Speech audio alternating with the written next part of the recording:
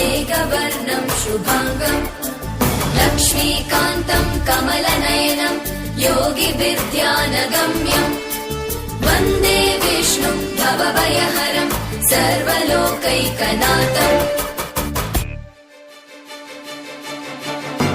त्रैलोक्यपूजितः श्रीमान् सदा विजय वर्धन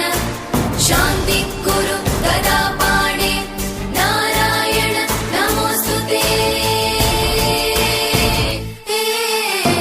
त्रैलोक्यपूजितः श्रीमान्